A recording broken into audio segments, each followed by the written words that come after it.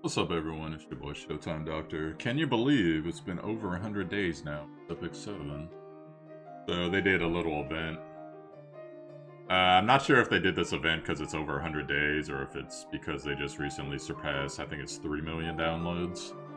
But either way, we'll go over everything throughout the videos. I also got some Epic Creator stuff to update you guys on, so those will all be separate videos. But they had a developer interview Taiwan special event here, so I haven't read through it yet. I wanted to save it for my organic reaction.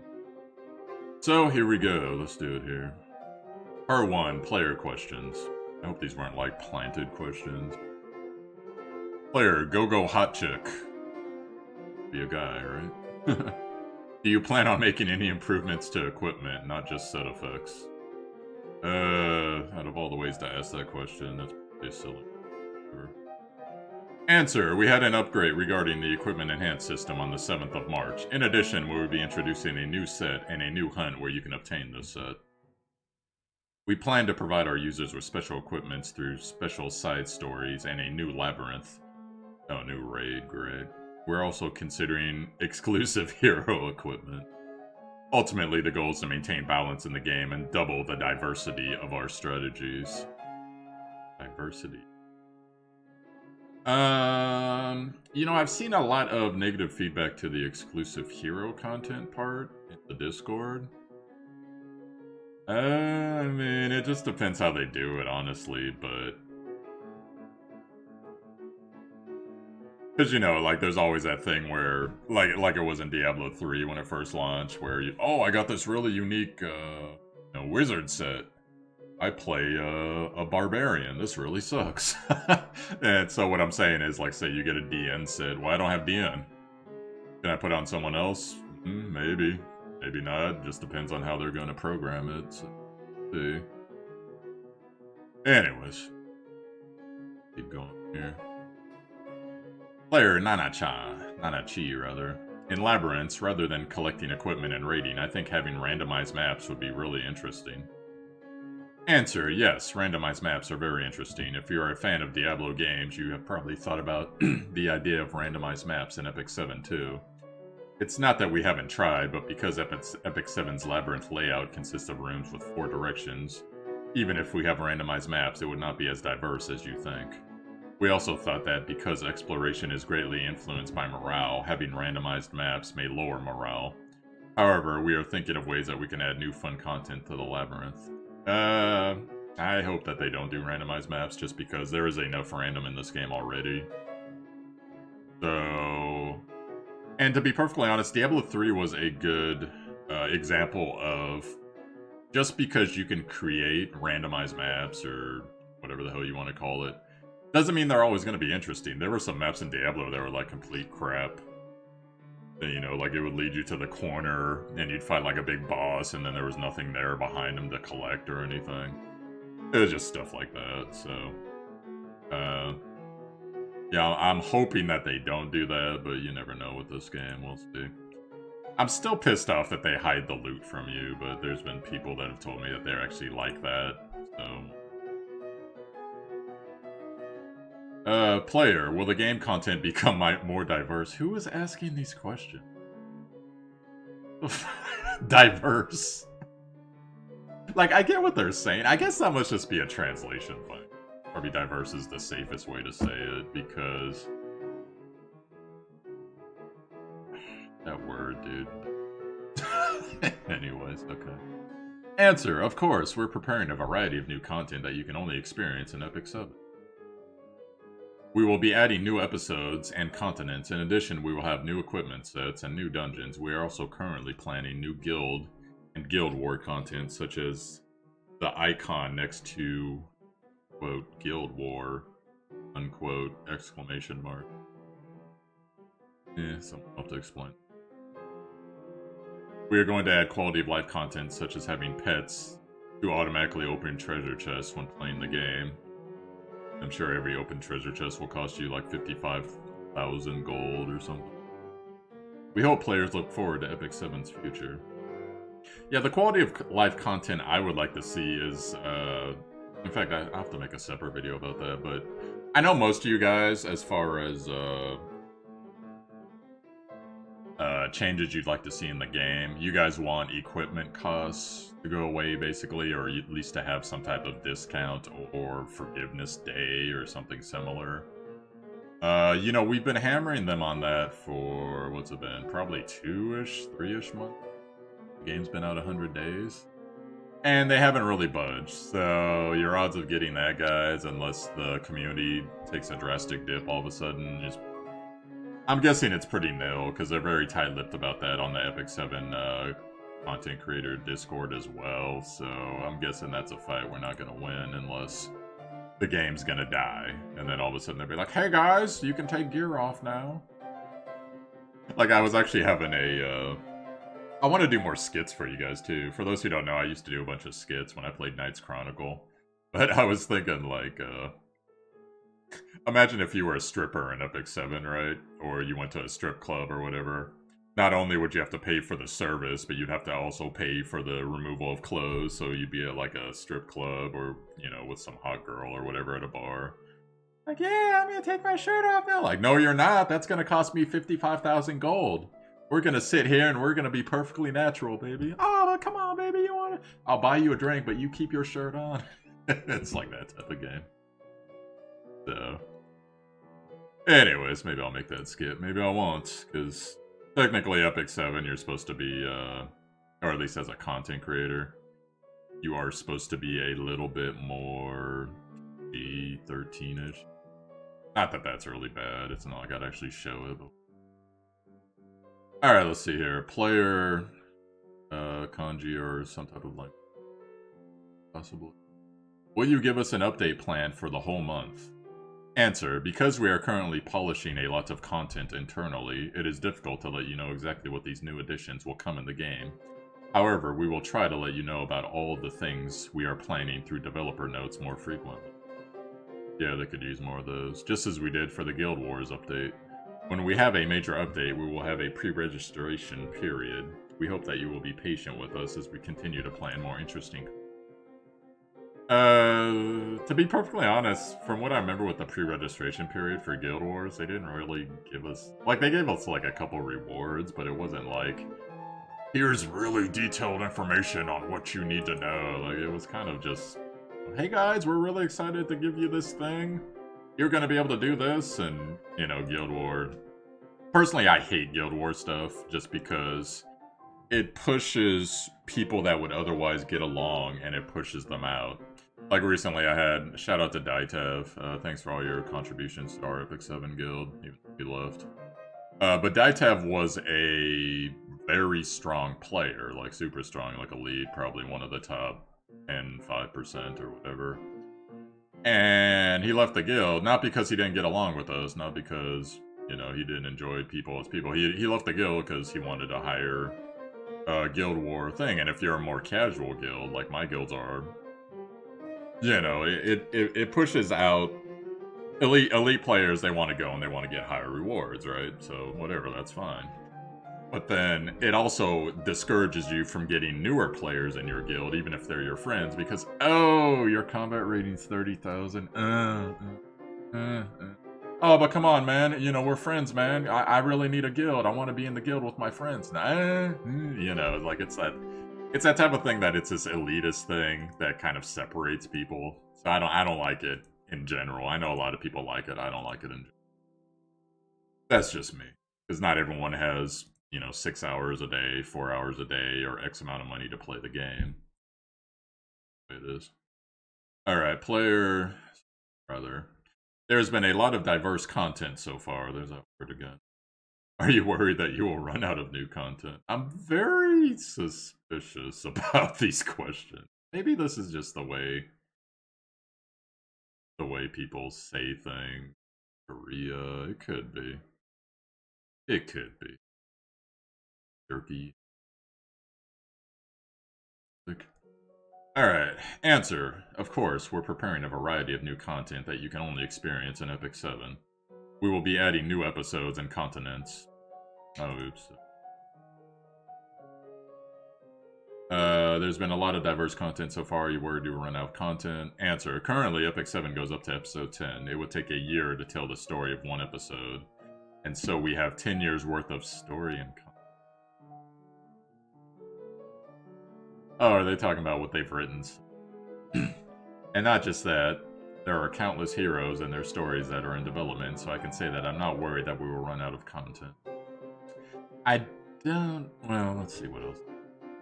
Our developers are looking forward to showing you what will happen in the world of Orbis during special occasions, such as next year's Valentine's, the 2nd year anniversary of the first launch of the game, Korean Thanksgiving, or Halloween, in addition to the story-based content that I mentioned so far. We are also preparing a lot of system-based content. Epic 7 has a lot of content, such as Guild War, Hunt, Labyrinth, and so on, that covers both first-time players and hardcore players. Someday, we should have real-time PvP, right? Taiwanese users are some of the hardcore players of Epic 7. I think that everyone in attendance today are some of the most passionate players who truly enjoy Epic 7. We will continue to work hard to bring you better content.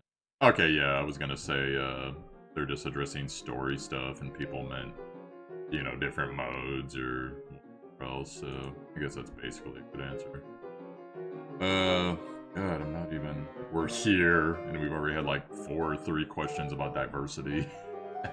Over-under number on diversity questions, I'm gonna go with 7. Player, do you plan to increase the number of heroes in a team from 4 to 5? Answer, in the Guild War, we made it so that a team has 3 members, which I much prefer, by the way, in PvP. We will make more adjustments to team composition in the coming Guild War contents. We are currently conducting many simulations with different number of heroes and battles to see which is more balanced and more fun. We believe that it is very meaningful to have many heroes battle in a war. Many more strategies will be required, and we cannot wait to see what our users will come up with. Yeah, personally I don't care, because... Yeah, it'd be nice to have like 5 or 10 hero groups, but imagine the time it's gonna take, and you can't skip people's ultimates. And, you know, how much scaling, how much more scaling people are gonna go through if it's PvE content. Just, I don't see it ending well. That's just me, but hey, if they want to do one thing with it, that's fine. Guild War, you already know my opinion on that. Will you increase the catalyst drop rate? Answer, we have been thinking about the catalyst drop rate deeply. Very soon, there will be an update that allows players to play with less stress and more fun. To give a little hint, we plan to reduce the imbalance of the supply and demand for catalysts. Yeah, that's a non-answer, because technically they fixed Hunt, quote-unquote fixed Hunt, but then they added so many,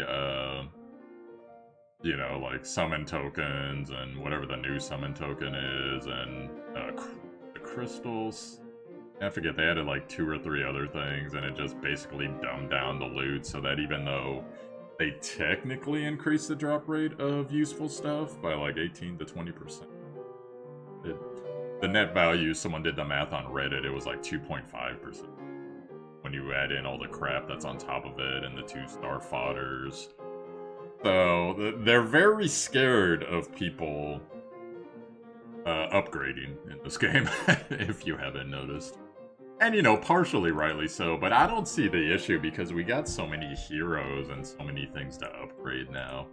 You know, giving us a little bit of a bump, it shouldn't be that big of a deal, but, you know, these guys like to protect their lifeblood.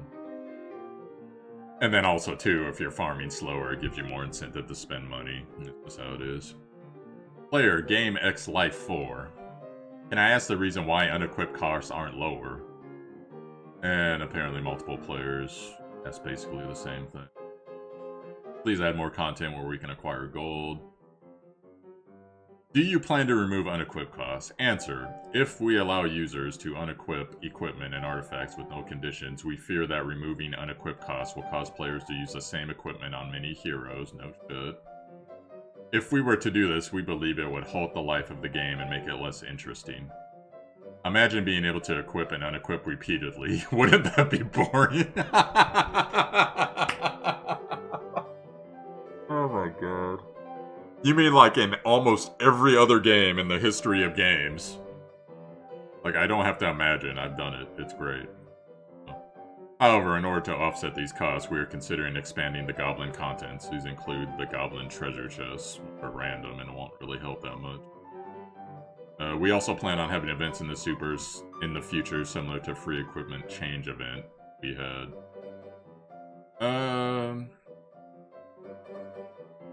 See, I partially understand. What they're basically trying to prevent is people getting, okay, this set will be really good for supports that need speed. This set will be really good for tanks that need defense, and etc, etc, so you could just swap sets back and forth. They want you to keep collecting loot. But it already takes long enough to get one decent set at, say, equipment rating even 60, let alone 70 and 85. That has maybe 3 out of the 4 substats that you want, and then in the case of boots to ring and necklace, the main stat that you want. It's already hard enough to do that. So, I don't see why they're being such jerks about this. But like I said, as you can see here, they're gonna fight it, so... Hopefully, we'll see. It just says in the future, so I'm guessing this isn't on their bucket list, even though you see that there's multiple people asking basically the same thing. Ibonzi18, when do you plan to adjust the difficulty level for getting equipment? Answer.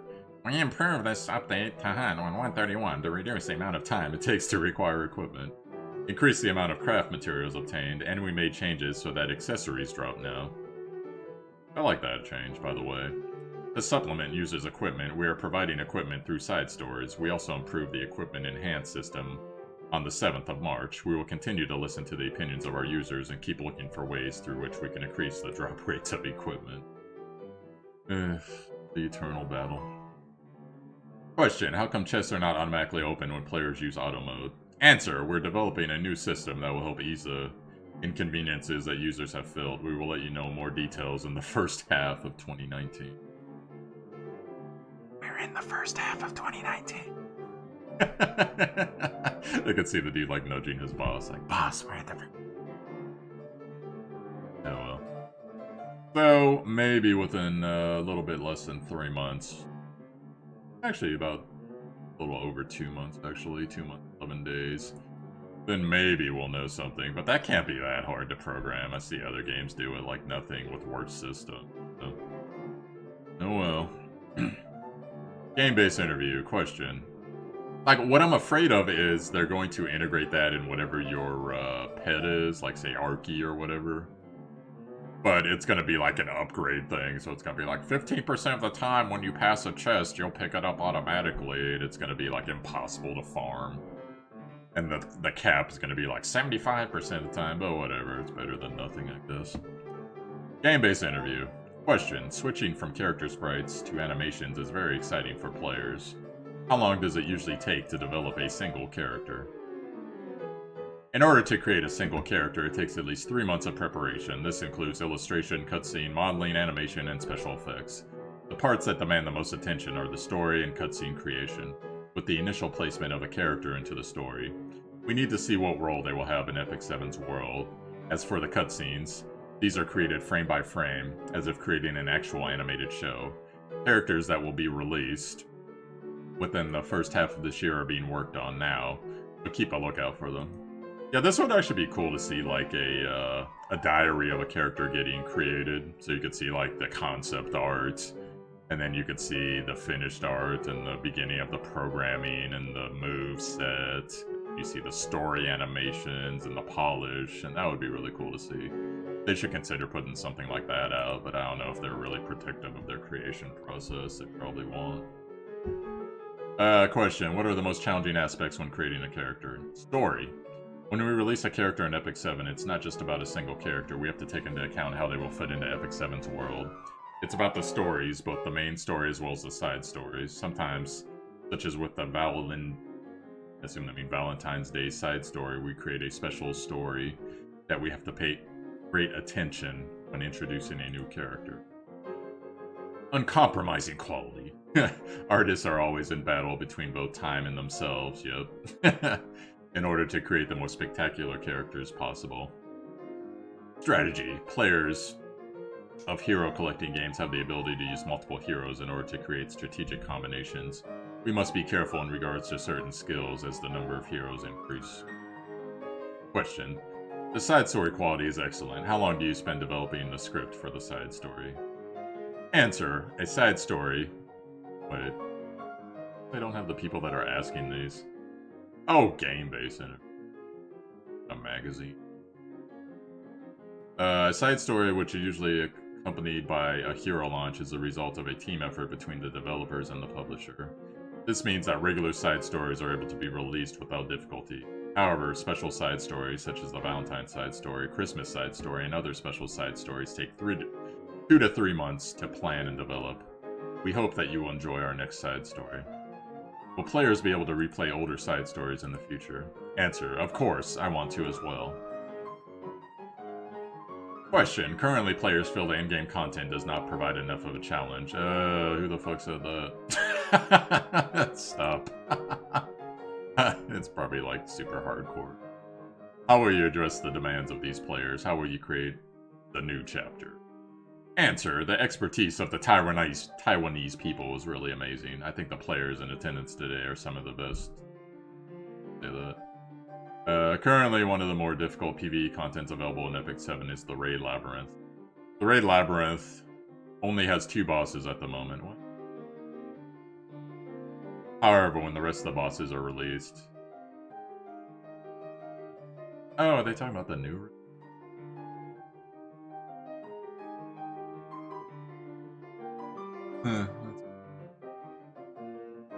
Further, we also think that most of our hardcore players, there's a demand not only for PvE content, but also PvP content. We also think it's important for players to feel a sense of achievement through these. Arena Season 2 will be announced soon. We're working to develop something that can meet everyone's expectations. The new episode is not going to be final level difficulty because the story is basic content. We plan to make the difficulty something moderate so that players can see the story. But this can result in the introduction of new ways to strengthen your heroes. Question. If you see popular characters in Epic 7, they mostly make debuff skills such as Silence, Sleep, Provoke useless so that players now have to focus on pure combat power and healing. What are your thoughts on this situation? Answer. It's true that in PvP content there are many bosses who are immune to debuffs effects such as Stun, Silence, Sleep, and Provoke. Poison! Just thought I'd throw that in there. Which leaves only a few viable debuffs such as attack reduction and debuff reduction. However, when we are creating a character, we have to think about whether they would be used in PvE content or PvP content. A hero with Silence, Provoke, etc. that is widely used in PvP content is done so intentionally. Yeah, that was the thing that attracted me to this game. Well, one of the many things was that, wow, I can stun bosses. You know, because most games, they don't let you stun bosses, but then lately, they basically made bosses stun immune for the most part, so... Too bad, so... It was nice to see boss content that was balanced enough so that you could stun a boss and then he could still come back the next turn and whoop your ass. That was pretty cool. But the characters in Epic 7 are extremely well made. Are there any plans to sell merchandise in Korea or Taiwan? Answer. We are reviewing the possibility of producing merchandise, but we haven't yet come to any decisions about producing or selling merchandise. Part 3. Co-op interview. I didn't know Co-op actually had like a media thing. That's pretty cool. Hello, first, could you please introduce yourself and your work to our players in Taiwan, Hong Kong, and Macau? Hello, I am Kim Yoon-ha, Director of Content at Super Creative. I already knew about Kim. Our team takes care of writing the story, making new content, designing captivating new skills for Epic 7's heroes. It's thanks to my wonderful co-workers that I am here now, and I am very honored and thankful to be here. Question. Despite the unbelievable quality and elaborateness of Epic 7's graphics and animations, it runs very smoothly on mobile devices. To my knowledge, this is thanks to the Yuna engine. What was the reason that you initially decided to create your own game engine, and what was the greatest difficulty in making these graphics and animations? First, I'd like to explain why we wanted to make a 2D game. A lot of users have games that stuck in their minds or an animation that we made a strong impression on. And that game or animation was most likely in 2D. We believe that 2D characters are able to touch something in our hearts.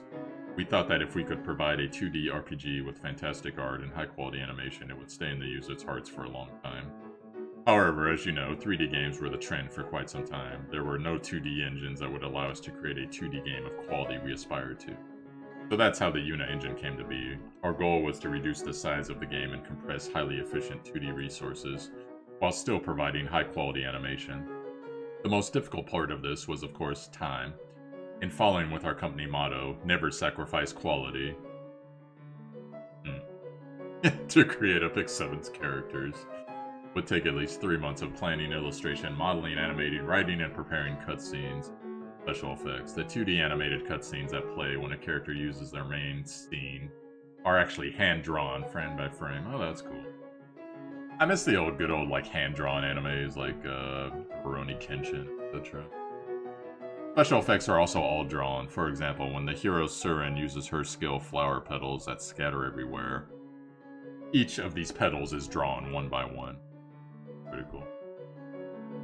Question, there are some 3 to 4 star heroes that are stronger than 5 star heroes. It's the sort of character design and balancing allows all players to enjoy the game, even those who don't make purchases. How was this planned? Yeah, it was like that before the global community got a hold of it. 3-star characters! I'm surprised you guys don't whine about the monsters sometimes, because you could technically equip the monsters and run through most of the game if you really want to. The basis of hero skill design is to provide a use for many heroes as possible. While 5-star heroes have higher base stats than 3 and 4-star heroes, if a hero has good skills that can counteract other heroes' specializations, their potential utility becomes so much more apparent. Moving forward, we are working to design content that allows players to utilize and harmonize a variety of heroes regardless of their base starter rate. Question, you've said that Rotted Earth will come out in the first half of this year. Can you let us know what we can expect from the new area? Answer, there are actually a lot of city-states inside the southern continent, Sidonia, also called Rotted Earth. Because the land is so infertile, Sidonia is not only a powerful nation like Azaria. There was a time that these city-states offered to help one another, but due to an incident, there is now hostility between them. The player finds out about some of the issues going on here, and of course, in the end, they help resolve them, right?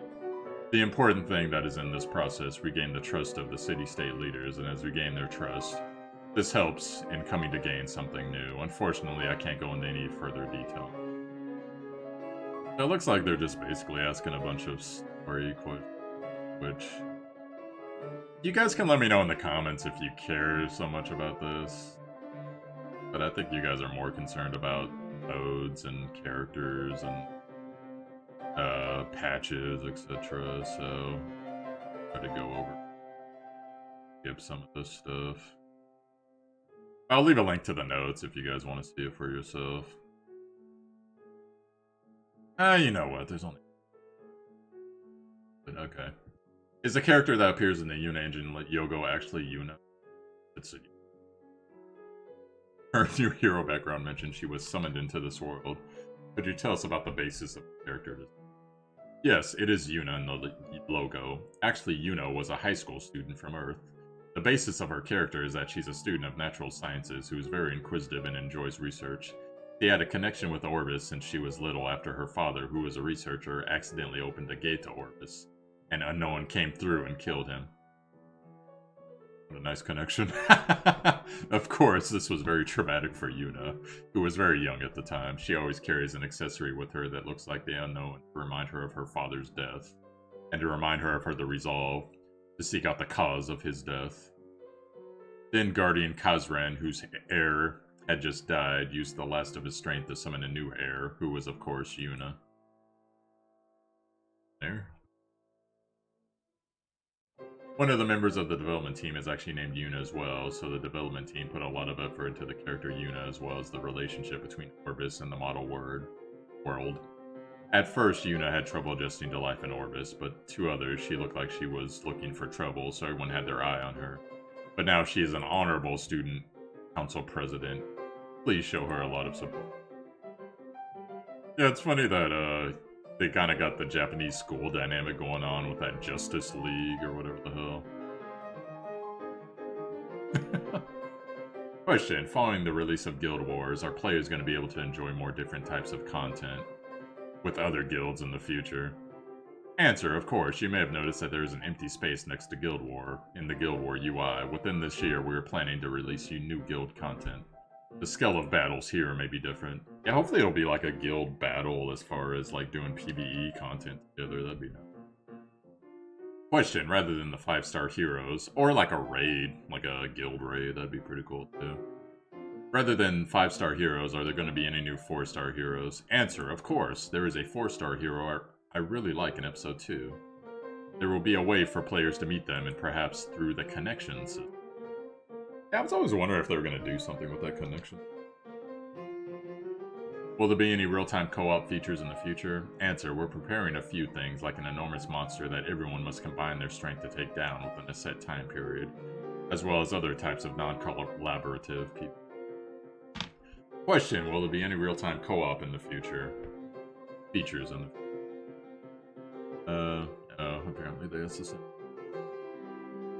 Have there been any thoughts on adding a way for players to change their nicknames? Answer, we're working on it. Changing nicknames takes a little bit of time. Things like selling or trading accounts can create problems. We hope you all just be patient just a little bit longer.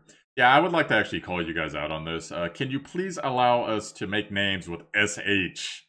Okay, like I know there's lots of cuss words with SH, but I couldn't put Showtimedr as my name because they ban SH because it is inappropriate. Is inappropriate, in my opinion. But whatever. In another interview, you revealed that the collaboration with the legendary IP is in the works. Will that be revealed? It is planned for mid-April. Simply put, we're not just bringing characters into Epic 7, but also ensuring that they fit into the world and creating a very Epic 7 story that everyone will be able to enjoy. And in following with Epic 7 being the premium 2D RPG, the playable animation, we're almost done creating something never before seen. We hope that fans of the IP we're collaborating with will see this as a nice gift as well. Yeah, we actually had someone posted in Discord. Touch it real quick as to what everyone thinks it's gonna be, as far as the collaboration goes.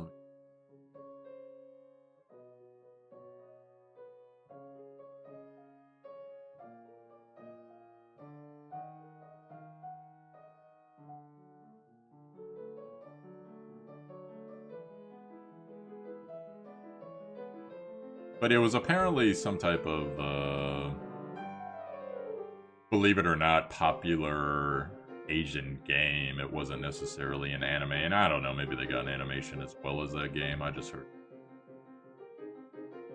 up for a little while longer, see if...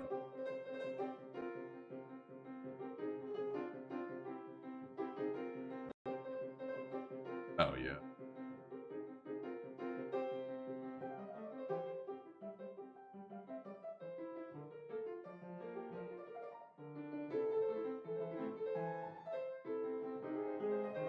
Whatever.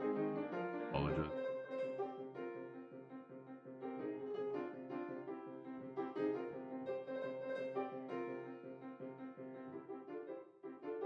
Oh, well. Well, anyways, I'll try to get the name of that and then post the video. Let's get to the last question.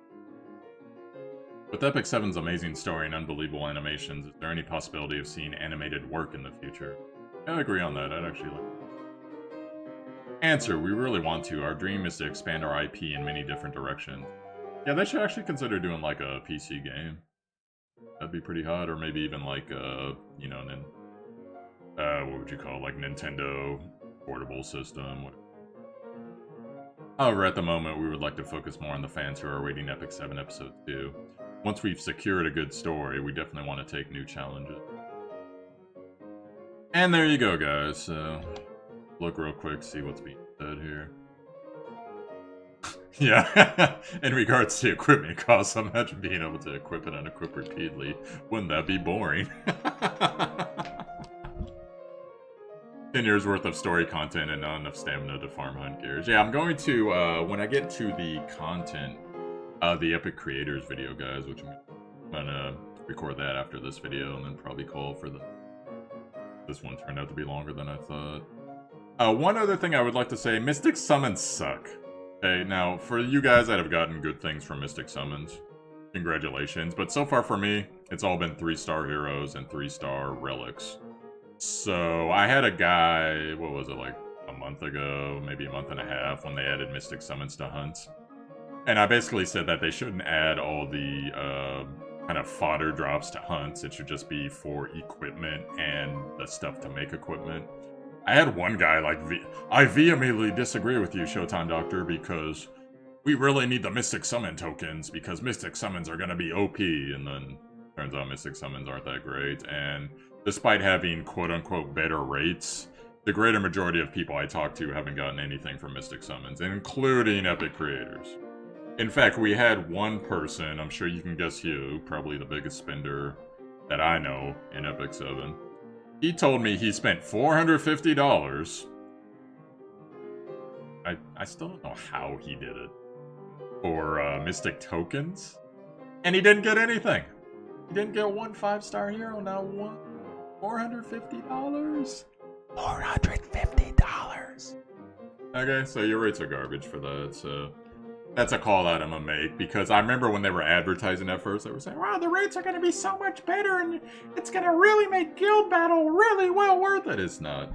Horrible, it's garbage, it's hot garbage. But that's the way it is. I've made my, my thoughts on that clear. In fact, in the next video, I am going to show you guys what I was talking about, but that's enough for now. So, yo, Showtime Doctor, I'm Showtime Doctor, Showtime DR. You found my YouTube. Hit like and subscribe if you enjoyed the content.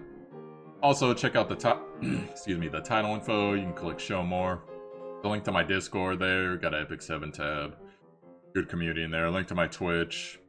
On my Twitch, I'm starting to roll back. I'm thinking about streaming more of my gotchas on my YouTube, and then I'll still stream some on Twitch. But I want to go back to playing some regular games because I'm kind of gotcha'd out at the moment. So, you know, that means indie games, retro games, some new games, etc. I want to stream Darkest Dungeon 2 when it comes out, so... If you're into that, cool. If you're not into that, hey, if you just want to stop by and say hi, you don't even need to follow. You know, say hi. Hopefully I've helped you, etc. That's pretty much it for this video, guys, so I hope you had a good time, and... I don't know, I mean, there's so many things like I both like and dislike about this interview, but... I'll just leave that for another time. I think you got the gist of what I thought. Peace out, guys. Take care.